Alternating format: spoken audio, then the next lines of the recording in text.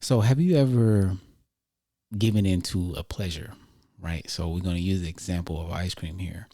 And you say, man, I don't want to eat ice cream.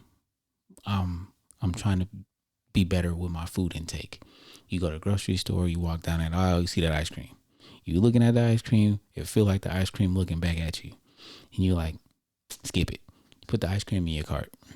Then you get home, see the ice cream looking back at you in the freezer.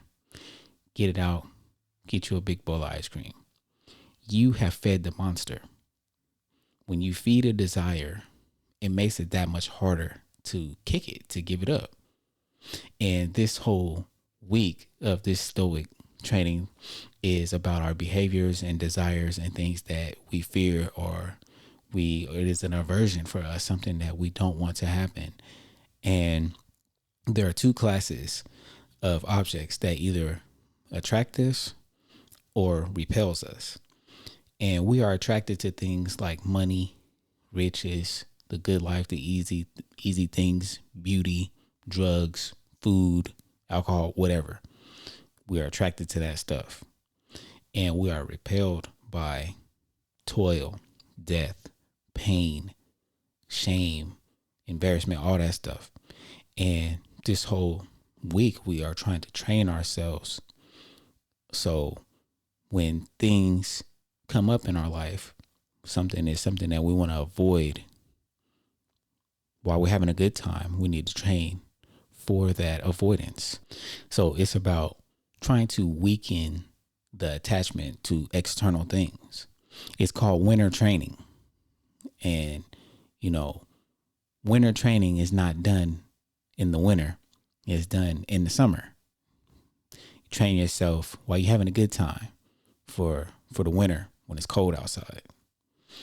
And it's strange advice, right? It's strange advice to train yourself to not pursue the things that you enjoy. It's like, why would somebody want to do that? Right?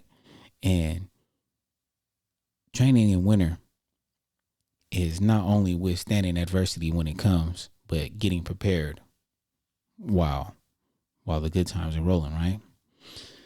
And now, why do this, right?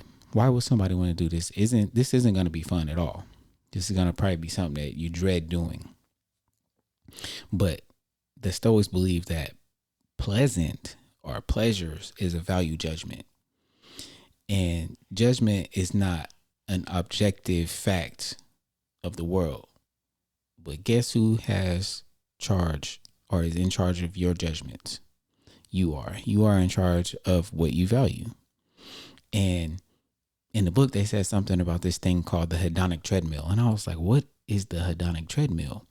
The Hedonic Treadmill is getting the shiny new object, whatever it is. You might say, man, as soon as I get this car, I'm going to be happy, man. I'm going to get this new car and everything will be great when I get this car. You're going to love that car. You're going to drive it around. Eventually, it's just going to become a regular car. Your friends might come, get in your car, and you in there eating Burger King, throwing wrappers around, and you don't even care about the car like that no more. You're like, oh, you know what? I don't care about this car. Skip this car. This is a regular car. But before you got it, it was the new shiny object. You was like, man, this car, man. That's the hedonic treadmill. It's the illusion of getting something to make you happy. Pleasure. You think that it's going to bring you pleasure, but it doesn't bring persistent and permanent pleasure for you. And now we're going to go over how to stop this. How are we going to stop this hedonic treadmill? Being on this hedonic treadmill is basically running in place, not going nowhere, right? So first step is you must realize what superficially is pleasant, and it may not make you happy. So you might say, man, when I get this girlfriend or when I get this boyfriend, whatever you want, you like, they got to look like this, yada, yada. When you get this, you think you're going to be happy. Then you get it. And then you're like, oh man, this is not what I thought. So you have to realize and understand that the thing that you're chasing or you're pursuing is not going to make you happy. So step number 2 is actually acting on what you realize that is not going to make you happy. See, you try to rephrase this, see if it can make more sense. Step one was we realize now that things, possessions, like, I don't know, this phone, you may want the new phone that's coming out. You get it. It's not going to make you happy permanently. Step two is realizing that. And then once you realize that, you're taking steps towards becoming actually being happy, and you're gaining wisdom, because now you're like, I understand that by me getting this object, it's going to bring temporary happiness, but I shouldn't expect this thing to permanently affect me for the rest of my life. Like 10 years down the line, you're going to be like, man, I can't believe I still got that iPhone 12. All right. Have you seen the Taco Bell commercial? It's all about the cheesy gordita crunch. You're not going to be that happy. Okay. So this week, we're focusing on behavior and to intentionally act opposite of your desires or aversions. But these are only mild desires or aversions. So, and they need to check these boxes. They need to be something that's safe, something that's challenging, and something that's not too hard for you. And why are we doing this? Like I always say every week when I go over this, we're doing this to make ourselves better. And to realize that we do not have to obey our desires or be afraid of our fears. We can face them, and we don't have to listen to the little voice that's inside of us that's tugging on us, telling us that we need this thing in order to be happy.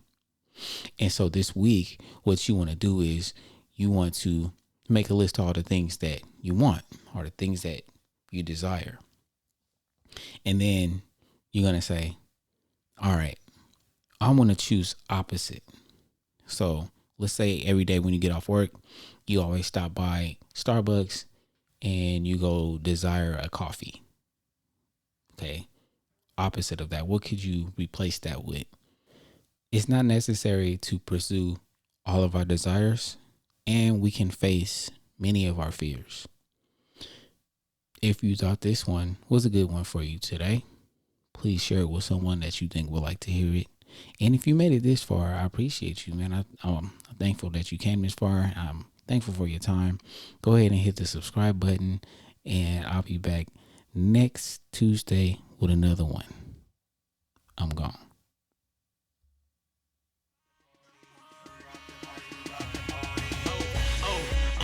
Oh no, I crashed through the door looking like Pharaoh. You wanna tango?